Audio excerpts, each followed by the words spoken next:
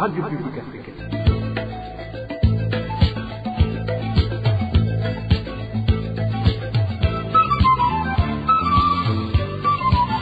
Radio Publique Africaine.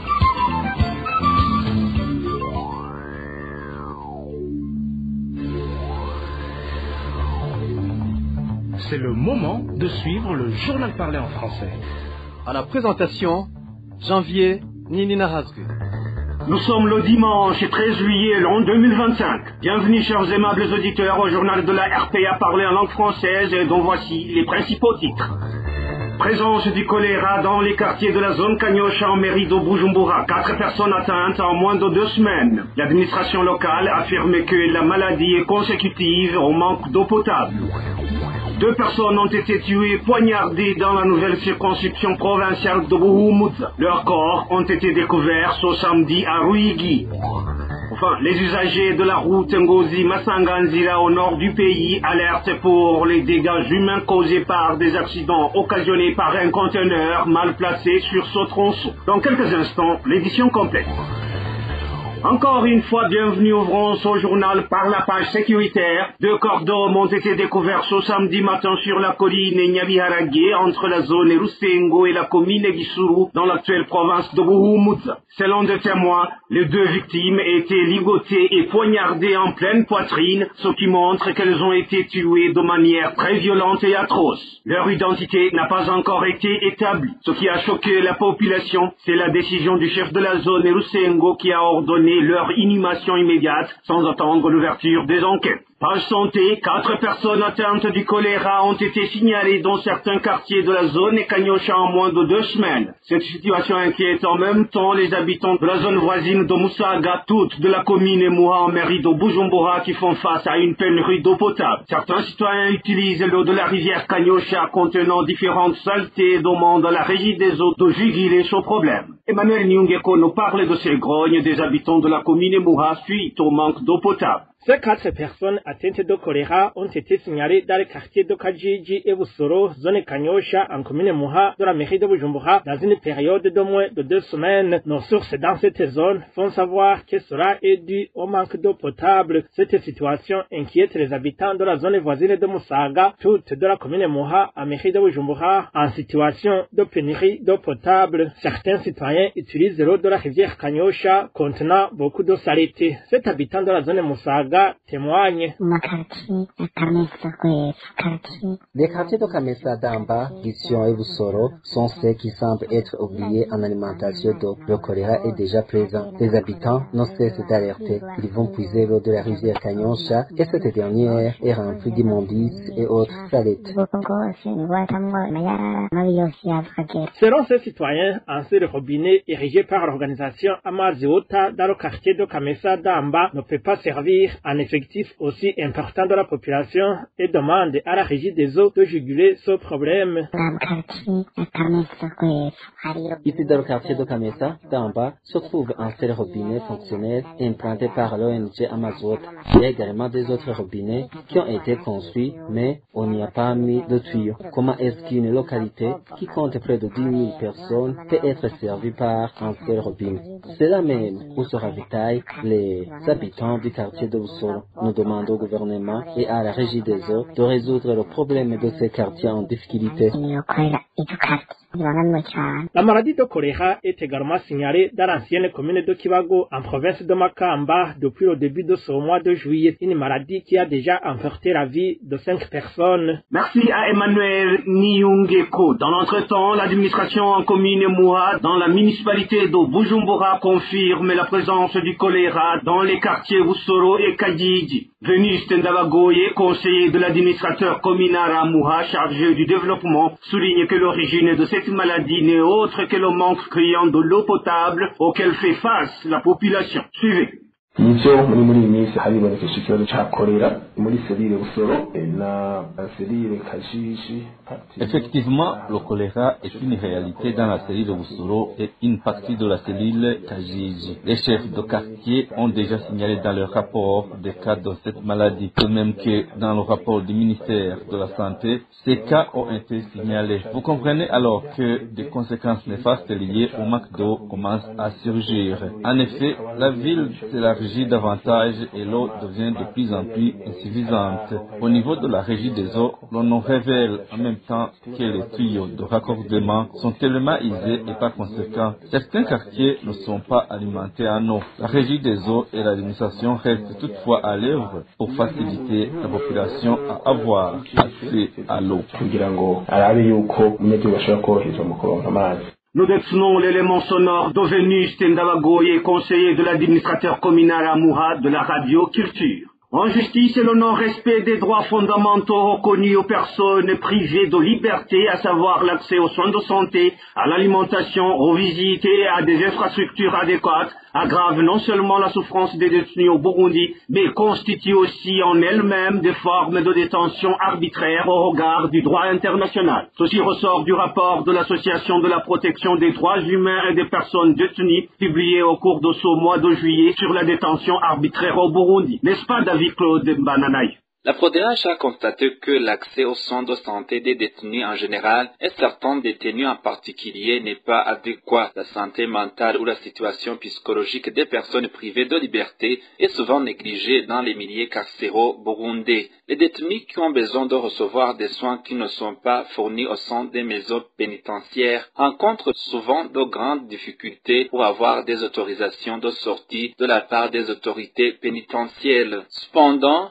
selon les textes nationaux et internationaux de protection des droits de l'homme et ceux relatifs aux droits reconnus aux personnes en privation de liberté, le droit à la santé est un droit reconnu à tout citoyen burundais, y compris les personnes privées de liberté. La loi portant régime pénitentiaire au Burundi prévoit que l'administration pénitentiaire pourvoit aux soins de santé des détenus dans chaque établissement pénitentiaire. En vertu de cette loi, un médecin désigné par le ministère de la Santé publique assure le suivi régulier du fonctionnement du service sanitaire et l'application des règlements sanitaires en milieu pénitentiaire. En ce qui est de l'accès à l'alimentation, les établissements pénitentiaires souffrent d'un manque criant de vivres destinés aux prisonniers et cette situation devient de plus en plus récurrente ces dernières années. La farine du manioc, qui est la principale alimentation dans les prisons du Burundi, a connu un manque criant depuis pas mal d'années et les prisonniers passent des jours voire des semaines sans qu'ils soient nourris de la ration quotidienne qui leur est prescrite et qui est jusque-là insuffisante.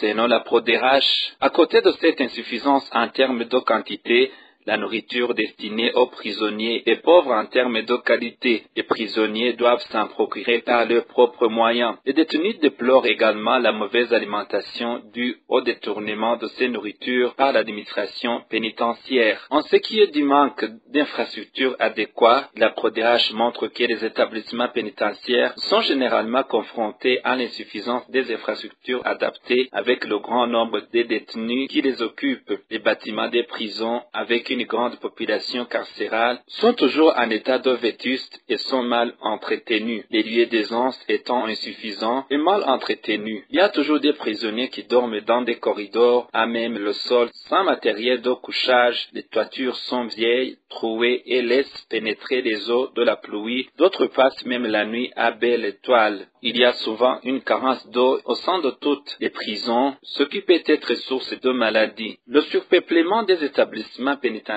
est la source de l'insalubrité et conséquemment des maladies contagieuses qui se propagent très rapidement, surtout que les dispensaires qui se trouvent dans les prisons disposent des moyens très limités pour faire face à ces maladies. Merci à David Claude Bananayo. Une courte pause, puis nous poursuivons cette édition avec la page Société. RPA. Certains habitants de la commune Bugabira en province Kirundo regrettent qu'après un mois que l'ancien gouverneur de la province Kirundo ait ordonné la démolition de toutes les constructions anarchiques au marché de Ruhehe de cette commune, la mesure n'a pas encore pris effet. Ces habitants soulignent qu'en cas d'incendie, les véhicules anti-incendie ne pourraient pas y accéder suite à ces constructions anarchiques qui bloquent les passages. C'est un reportage signé Nadège Irakoze. C'est ce 13 juillet que l'ordre donné aux administrateurs des communes Gambarangwe et Bugabira de démolir toutes les constructions anarchiques érigées au marché de Mukenye et Ruhehe vient de totaliser un mois. Bien que cet ordre a été exécuté après 3 semaines au marché de Mukenye en commune Gambarangwe, les habitants de la commune Bugabira disent que jusqu'aujourd'hui le désordre règne au marché de Ruhehe, que seulement 2 kiosques ont été démolis. Jusqu'à présent, je ne vois que 2 kiosques qui ont été démolis. Nous ne savons pas à quand la démolition d'autres kiosques. Sinon, rien n'a changé. Il y a toujours du désordre dans ce marché. Les gens risquent même de manquer de passage. Ces constructions anarchiques, dont la plupart sont des kiosques dans lesquels les gens font du commerce, s'observent à l'intérieur et à l'extérieur du dit marché, ce qui rétrécit les passages des clients et bloque les voies destinées aux véhicules anti-incendie. Certains kiosques se trouvent tout autour du marché et d'autres sont à l'intérieur du marché. Si les gens n'ont pas de passage, même les camions de pompiers ne peuvent pas avoir de passage en cas d'incendie. La situation est restée telle qu'elle est dans notre marché de Luhehe.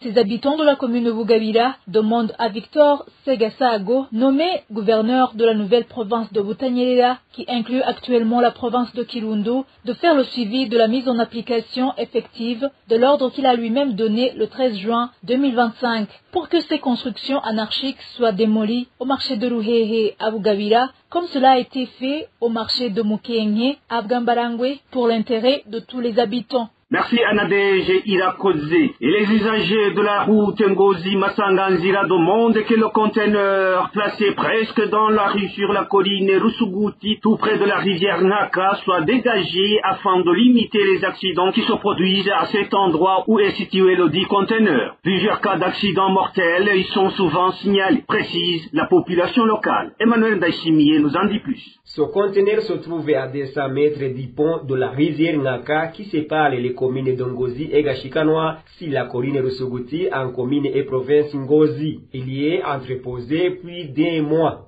Selon nos sources à Ngozi, ce conteneur appartient à un homme d'affaires du nom de Terence, résident de la ville de Ngozi, placé en bord de la route dans la direction menant vers la rivière Naka. Il constitue un véritable danger. Plusieurs accidents y sont déjà produits, certains ayant causé la mort, comme en témoigne un habitant de Ngozi. La trajectoire de ceux qui descendent, c'est vers la rivière Naka. Ça cause beaucoup de problèmes et d'ailleurs il y a des accidents qui se sont passés, qui ont emporté pas moins de 3 personnes. Nos sources indiquent qu'un différend oppose le propriétaire du conteneur à l'office burundais des recettes OBR au sujet de son enlèvement. Même les autorités administratives locales seraient au courant du dossier. Même l'administration encourage ce conteneur. Nous ne comprenons pas pourquoi il est toujours là alors qu'il continue à causer des accidents.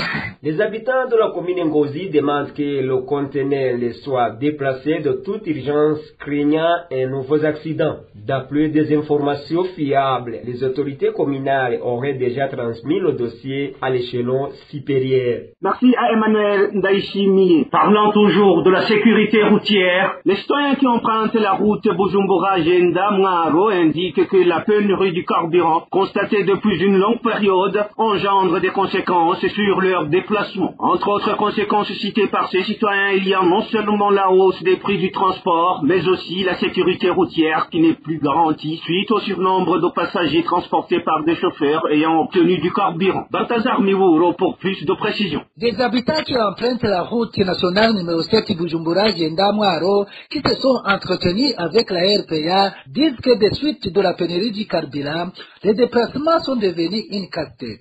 Parmi les conséquences sur les déplacements dont nos sources indiquent, figure la hausse des prix de transport. Cet habitant révèle que les prix ont été majorés de plus de 3 fois. Le ticket qui était jadis à 6 500 francs burundais est actuellement entre 20 000 et 25 000 francs burundais. Franchement, la situation est très compliquée.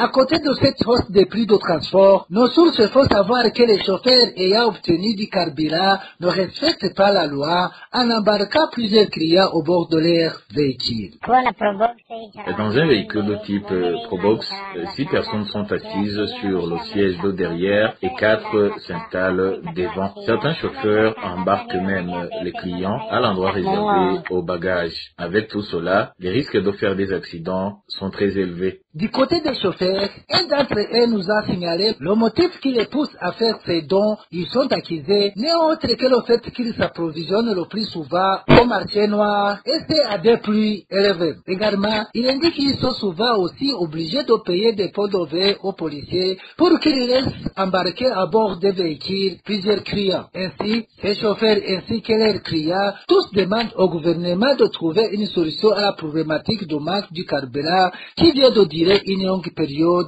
au Burundi. Merci à Balthazar Miburo. Et pour clore cette édition, les habitants du chef-lieu de Muramvya dénoncent des magouilles liées à la distribution de la boisson Primus produite par la Brahodi et pointent du doigt le dépôt méga de la dite localité. Ces habitants appellent donc les autorités administratives à suivre de près cette situation. Rémi Delagakour. Les habitants de la colline Burambana, située à 3 km du centre de Muramvya, dénoncent des irrégularités dans la distribution de la bière produite par la Brahodi. Selon nos sources, la fraude impliquerait le délégué représentant de Brahodi et le gérant responsable du dépôt local.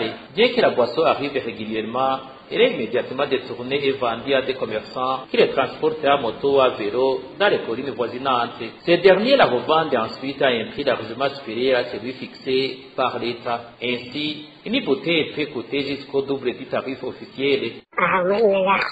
Dans certaines zones de la province de Muramvya, notamment à Mega, un trafic préoccupant entoure la distribution des boissons alcoolisées. Des camions déchargent régulièrement caisses de bière, dont la Mistelle et la Primus.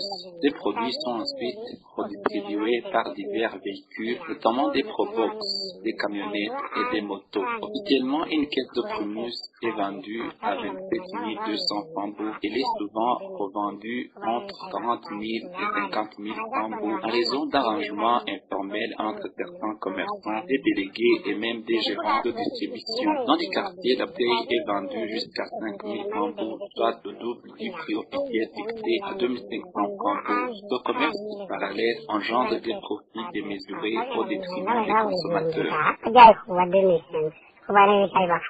Cette situation provoque une pénurie de produits Brahodi, notamment pour les consommateurs locaux. En conséquence, les gens n'ayant pas accès à ces boissons se tournent de plus en plus vers des alcools forts, souvent de mauvaise qualité, mettant en danger leur santé. La jeunesse burundaise fait face à une inquiétante dérive liée à la consommation d'alcool. Faute d'accès facile aux soins de santé, de nombreux jeunes se tournent vers des boissons alcoolisées très fortes, vendues dans des sachets plastiques. Provenant en majorité de la province de Kayanza, ces produits bon marché sont facilement accessibles. Malheureusement, ils séduisent de nombreux jeunes, y compris des adolescents. Une fois initiés, beaucoup deviennent dépendants, sombrant dans une consommation régulière et nocive.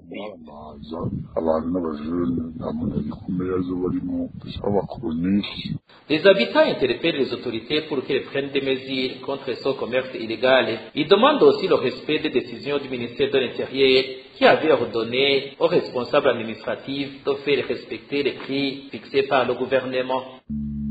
Et voilà, mes chers auditeurs et auditrices, et c'est sur ce reportage de Rémi Delagakoura que nous mettons fin à cette édition de la RPA par la langue française ce dimanche 13 juillet 2025. Merci pour votre aimable écoute. Merci à toute l'équipe de la rédaction pour la collecte et le traitement de toutes ces infos, sans oublier d'acclamer la bonne collaboration technique. À la présentation, vous étiez avec Janvier Ninina Azoué. Excellente journée et soirée dominicale chez vous.